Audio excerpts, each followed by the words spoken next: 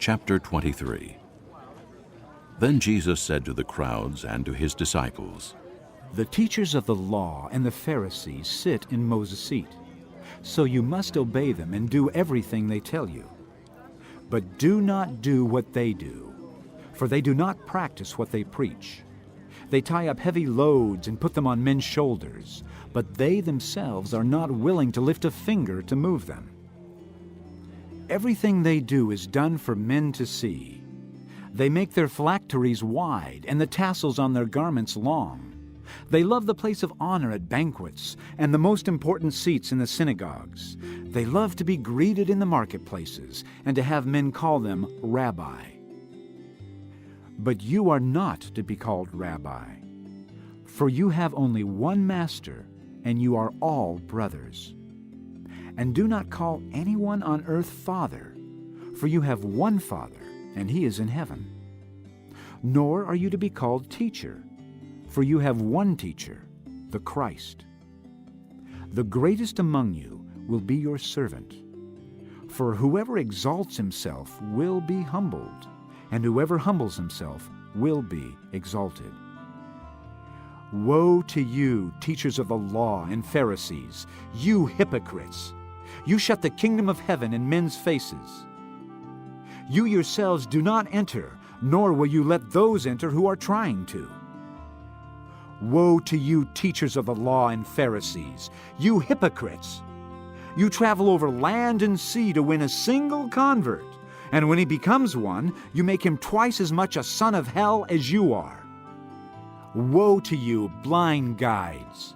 You say, if anyone swears by the temple, it means nothing.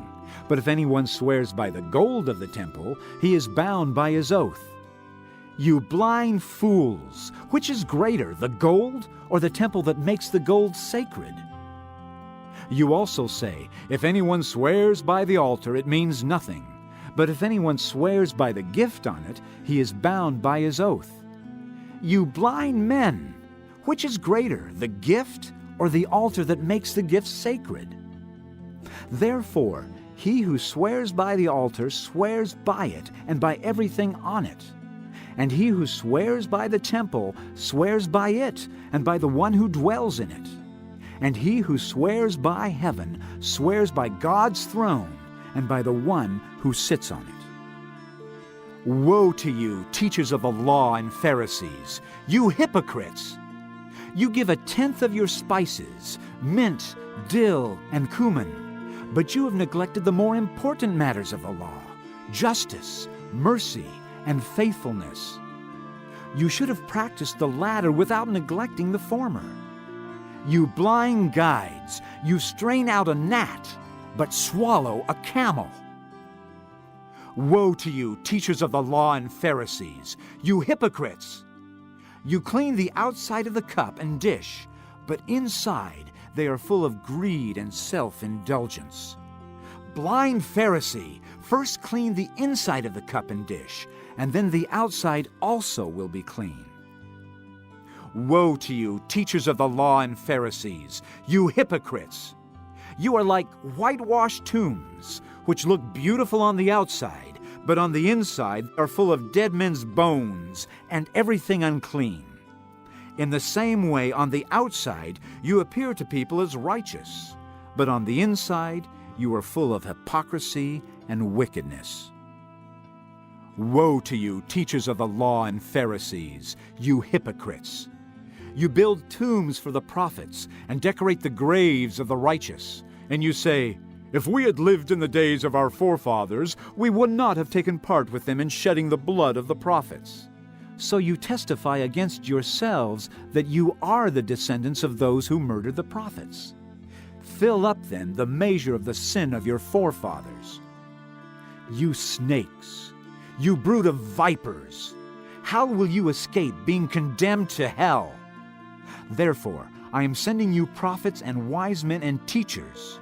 Some of them you will kill and crucify. Others you will flog in your synagogues and pursue from town to town.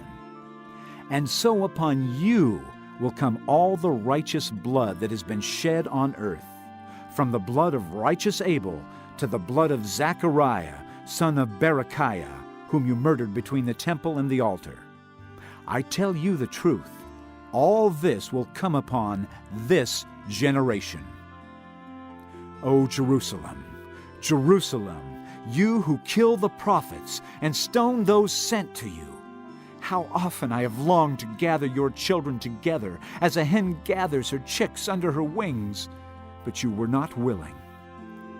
Look, your house is left to you desolate.